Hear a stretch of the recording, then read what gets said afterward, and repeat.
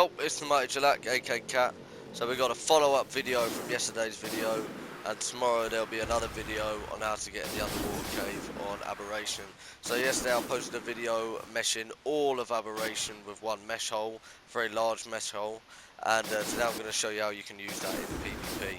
So you want to start off where I started off. I started off with coordinates if you were lost, but if you didn't know and you want to know from reference, where I started off was above the portal, okay, and that's where you want to start off because it's the closest place to the GLOWTAIL cave. As you can see here, I'm underneath the 3 rings at the portal, so you want to start off above the portal. You'll see a hole in like outer space. Fall down there, loop back round on yourself, and you'll come out of this pool of water. Now I'm going to slow the clip down now. So this is the pool of water just before the entrance of the GLOWTAIL cave. If you go into the water like this, don't panic. Just fly back down with your tech suit until you're in floating space again.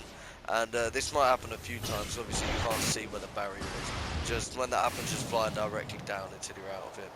Now you want to get your bearings by looking up at where the river is, and you want to go towards the entrance of the GLOWTAIL cave. If you don't know where that is, there's these orange lights that you won't see anywhere else in this area. You can see the animals there, the crabs and whatnot flying down. Now you want to go towards these lights because you want to load the biome up. Okay, you can go straight over there and I'm sure the biome will load up. I just find it easier to do it from the entrance and load the biome up that way, because then you really get a bearing of where you are in the cave. Because, you know, it's all well and good doing this on single player.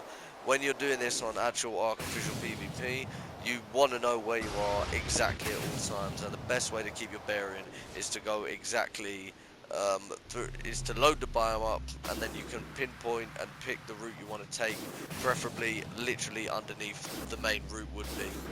Now we're at the underwater cave here now, so we just want to maneuver around underneath it until we get to the last chamber where the artifact is, and then obviously you can work your way backwards from the cave there. You can put a trans down, bend down, get your fucking giggers out, meat run the whole cave, however you want to do it. Stupidly for me, I enter the cave. Here's the cores now, so if you want to skip looking through the biome, just come there and come upwards. You can do it that way as well. So when we come up here, I stupidly managed to surface in the that tiny little room where a drop spawns in, and actually before one out was still a locked server. You should be able to get whip BPs from in here, which is an interesting trivia fact. So this room here is part of the cave. It doesn't look it.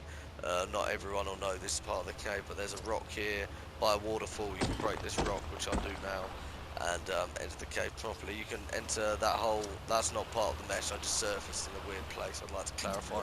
So yeah, here we go. We've meshed the GLOWTAIL cave. If there's a base in here, it's a fat rip pretty much. You can do this on official, on official servers. Easy peasy. I would suggest, it sounds silly, if you're gonna surface, I would suggest trying to surface in water. Because I personally think the barriers work a bit differently like that, but maybe someone's listening to that be like, oh, Mighty Jalak, you're a bob. So each their own, and it's all how you test it, it's all how you use the information. But at the end of the day, this is the route on how to mesh GLOWTAIL cave. It's easy as pie, and yeah, if you want to try and give it a go, you're more than welcome to. It's the Mighty Jalak. Goodbye.